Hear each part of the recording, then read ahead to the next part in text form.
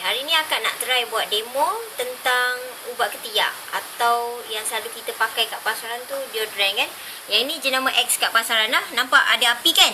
Okey, ni jawapan yang mudah sekali untuk ramai orang tanya. Kenapa ketiak saya kalau pakai deodorant ni jadi hitam? Sebab kita bakar pun terbakar. Yang paling jahat ini. Nampak tak ni? Ini adalah lilin atau bahasa yang senang kita faham dalam bahasa sains dia garam aluminium.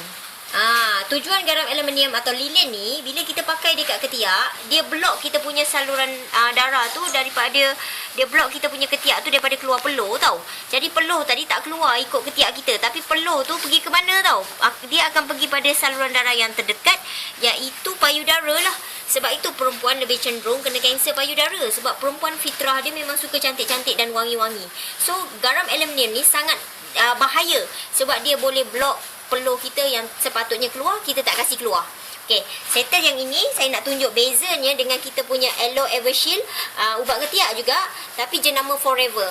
Okey, saya buat benda yang sama juga, kita bakar dia. Tengok Alamak, ni tak keluar pula. Okey, saya bakar dia.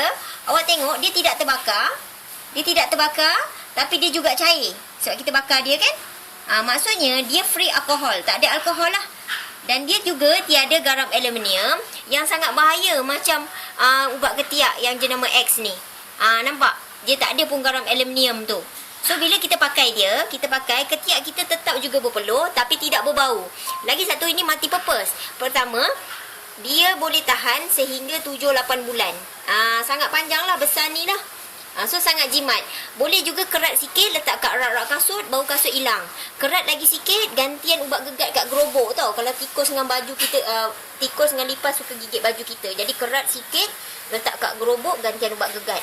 Ataupun tak suka wangian yang terlampau wangi dalam kereta, boleh juga kerat sikit letak kat kereta, jadi wangian eksotik daripada aloe vera. So yang ini juga multi purpose sebab boleh sapu kat tumit pecah.